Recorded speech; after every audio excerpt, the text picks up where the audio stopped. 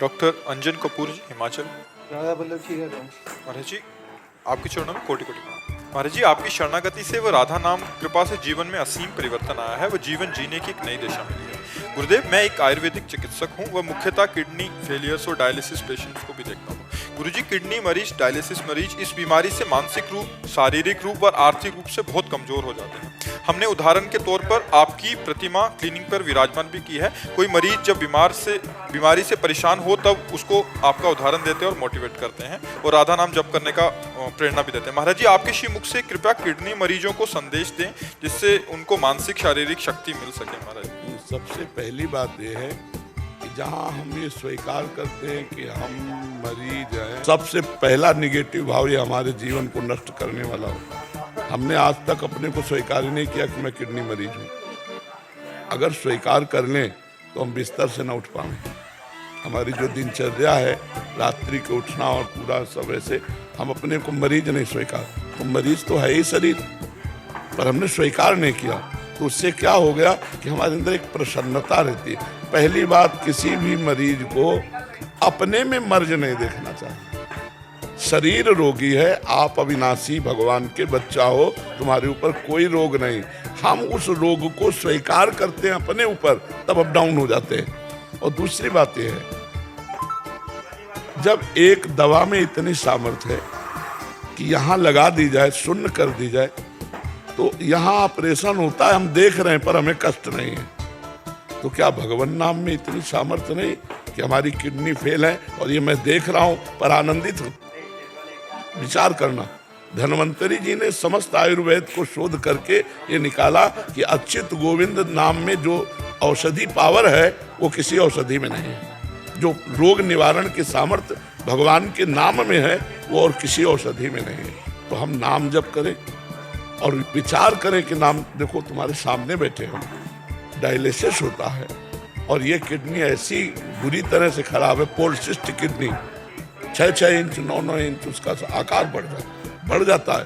तो पीड़ा भी तो होती है ना, जो काम उसका होता है वो नहीं होता।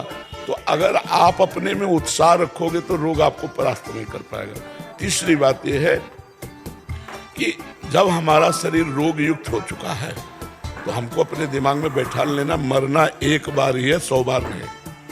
स्वस्थ पुरुष भी मरेगा और जिसकी किडनी फेल वो भी मरेगा, लेकिन वो टाइम पहले से निश्चित है कि कब मरेगा। तो हम आज क्यों मरे, उसका चिंतन करके आज क्यों मरे। बोले डायलिसिस बहुत कमजोरी करता है। हम आपको कहते हैं हमारे अंदर भी हुआ था। जैसे आज डायलिसिस है, डायलिसिस होने के बाद हमें 2 लोग पकड़ के आते हैं, लेकिन 10 मिनट केवल हमको आके बैठाला। 10 मिनट में हम अपने चिंतन में आए, घाटो छोड़ो और टहला फिरा, शौच स्नान अपनी दिनचर्या में लग गए। हमको ये बर्दाश्त नहीं होता कि मैं बीमार हूँ। ये अगर हम बर्दाश्त करने के मैं बीमार हूँ, ये स्वीकार करके, तो हम आज ही डाउन हो जाए। आपको हम अपना रहस्य बता रहे हैं। हम पहली बात स्वीकार नहीं किए आज तक कि हम किडनी फेलियर हैं। हम जैसे सुबह उठते हैं तो हमें ये ध्यान नहीं आता मैं किडनी फेलियर हूँ। हमारी दिनचर्या चलती गई। ध्यान तब आता है जब कहेंगे दवा लेना है, अच्छा लाओ दवा, चलो आज डायलिसिस, चलो कर। या कोई विशेष पीड़ा हुई तो हाँ ठीक है, फेल। पहला, हम बीमारी को स्वीकार ना करें होते हुए भी।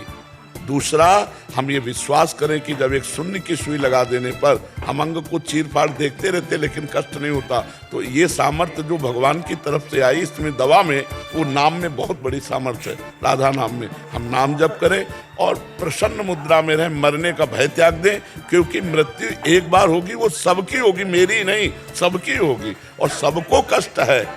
कोई मानसिक जल रहा है डिप्रेशन में, कोई शारीरिक दंड भोग रहा है, तो हमको उत्साह संपन्न रहना है, हमको डाउन नहीं होना है।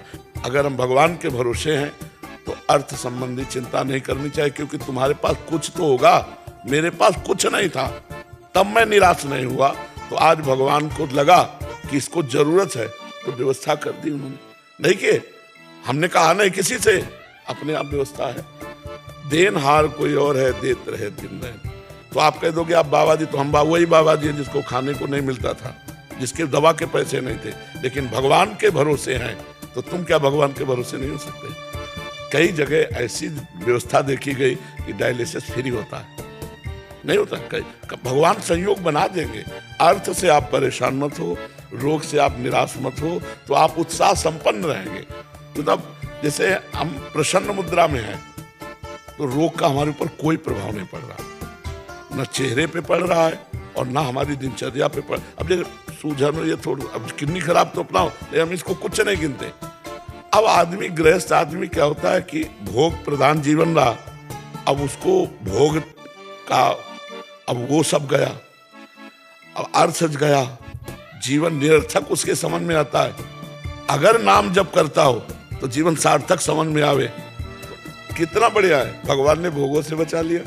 अभी में नाम जप करे तो आगे जीवन सार्थक। बिल्कुल बिल्कुल बिल्कुल बिल्कुल, ये नाम का ही प्रभाव आप देख रहे हो, जो देख रहे हो। नहीं, दुर्गति हो जाए आपसे कह रहे हैं, क्योंकि हम देखते ला उसका जो प्रहार होता है ना रोग का, दुर्गति हो जाए पर वो तुरंत एकदम जैसे कोई दबाए बैठा हो और उसको फेंक दो, एकदम ऐसे ऐसे हमें आनंद आता है।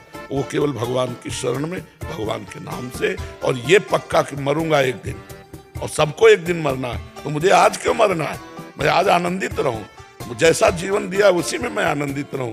और ये आनंदित तभी हो सकते हो जब नाम जप करोगे। तो राधा राधा में पैसा नहीं लगता है। और सब हम सबको कहते हैं कि भगवान अगर कष्ट देते हैं तो उसकी व्यवस्था भी देते हैं। ये कोई नहीं कह सकता कि ये कष्ट में है, इसके पास व्यवस्था नहीं।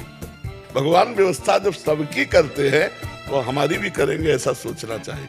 हम किसी से मांगते नहीं, अपने आप सब व्यवस्था भगवान करते हैं। हम ऐसे देखते हैं कि जैसे राजकुमार, ऐसे हमें भगवान रख रहे हैं। और हमने सोचा था कि हमारी बड़ी दुर्गति होगी, क्योंकि ना मेरे पास रुपया है, ना एक व्यक्ति है, ना एक इंच जगह है, और हालत ये हो रही, अब क्या होगा? तो सोचा तो वही होगा जो भगवान मंगल करेंगे, और भगवान ने सब ऐसा किया।